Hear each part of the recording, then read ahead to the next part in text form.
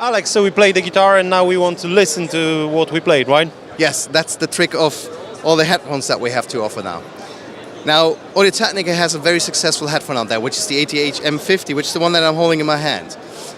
It was launched a couple of years ago and it slowly made it to the top of the line all over the planet. It was one of the most recognizable headphones nowadays.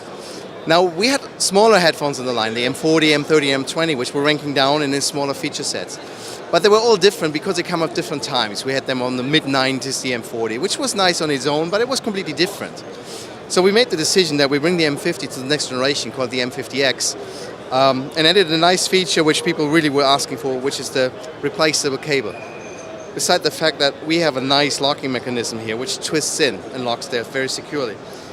Now we took that one and we took the tonality of the M50, which the people seem to love a lot, and brought that down to all the others. So the M40, the M30 and the M20, they all share the same tonality basically of the M50, with some down-scratched feature set.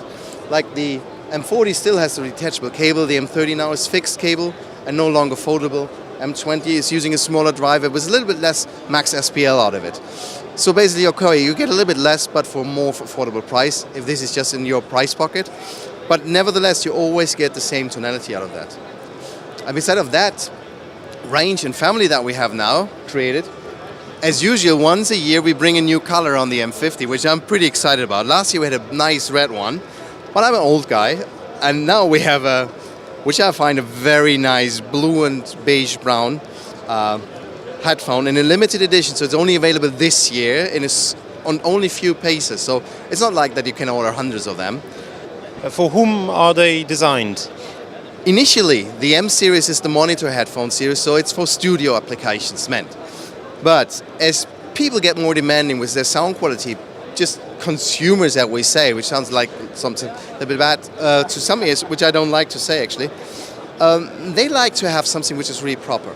And as the price range is actually not as overly expensive as some other products out there in the market, and we have something out there which is really good sounding, people slowly recognize that, hey, well, they're in the professional line. There's something which is really outstanding, good sounding. Why not use that for my home hi-fi? And yeah, why not? It's absolutely valid there. And actually, we found out that the majority of the products are going actually to people who want to listen in their living room to their music, or even on the train or somewhere portable now. Alex, we have entered a very, very nice room, which is? That's our studio recording equalization room. Yeah, it's actually the room where we go in when we want to get away from all of this for a time. But no, we have it here for the studio microphones to test. Now, Audio-Technica was known in the 90s to be the first company to bring up a studio microphone below $1,000 US. That was cheap at the time, so that was history nowadays. And slowly, Audio-Technica was asked to bring up more up-class and upscale microphones.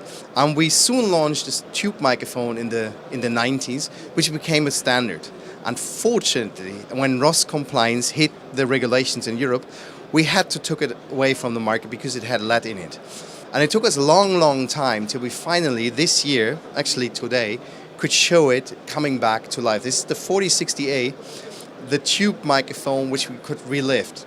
Now the trick and the problem was, it is not a hard job for a Japanese engineer who understands the material to make a tube microphone. But we asked them to make a tube microphone with new material, with new tubes, sounding exactly like the old classy microphone. And that drove them mad, trust me.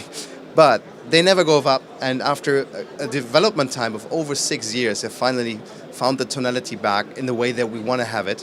Now the 4060A is available now and back on the shelf, and is now actually the little brother, or the other brother, put it that way, of the 5040, which we launched a while ago now, which is our top-of-the-line microphone. And instead of the standard procedure of having a round element, the 5040 is equipped with 4 rectangular size elements side by side in a funny array, which gives you a far better surface, and with it a better signal-to-noise ratio. At the same time, due to the fact that you have 4 little diaphragms together, a far better transient response, which is good for low frequency resolution. So everything which has a quick attack will be much more precise captured with this little one. Availability and price, please. I have to admit, the 5040 is about €3,000. The 4060 I'm not certain, I think it's about 18,000, but don't nail me down on that. Please check the latest. Maybe you can get a bargain if you are nice enough in the shop of your trust. So get out there, go into the shops and ask for it. You will not be disappointed, I can tell. Alex, what is this tiny little thing you have in your hands? And first of all, it is tiny, as you already pointed out. Now, Audio-Technica launched the BP892 a couple of years ago, which was a one-ear, so one-sided, omnidirectional microphone, which goes just behind your ear like this. Once it fits on your ear, it's just like it stays there, very simple. Now, the people asked us very shortly after to have a cardioid version of that one. And it's pretty hard to see, but this little hammerhead is a cardioid element. Now, the problem is, if you make a microphone like this, and you want to wear it on this side, everything is fine. But if you're Nicky Louder and you're missing the other ear, you have to put it on the other side. So for this, the cardioid is facing now the wrong direction. So we made this little element being able to twist. So you can twist this 180 degrees to go on the other side. So you can, with a little twist, you can turn this, go the other way around, as you like. So you can either have it on the left or on the right ear. Now, this alone is a cool concept. But we figured out that the benefit of having it on one side only, which is if you have a ponytail or a hat, then usually those headband microphones that tend to flip up.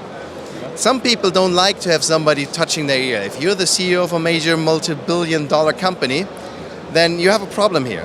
So what we did is we give you free of charge this headband in the box, which you'd put like this, and then you're ready to go like a regular headband microphone, as you like. More than that, again, whether you want to have it left or right is up to you. You just replace the ear set and the microphone as you go.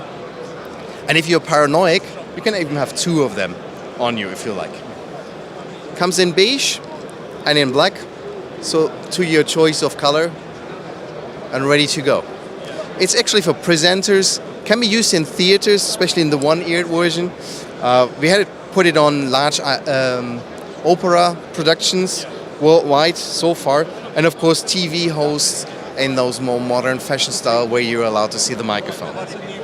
Okay, and one question: how do you actually know which one it is, which way it is turned around? If you can't hear it, which might be the case once in a while if you run a PA, there's a little dot on the element clearly showing you which direction it is, which is even bright enough for the older generation like me.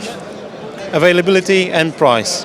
Availability now, price is about in the €400 range, depending on which termination you choose for which wireless bell pack. Thank you very much, Alex. Dziękuję.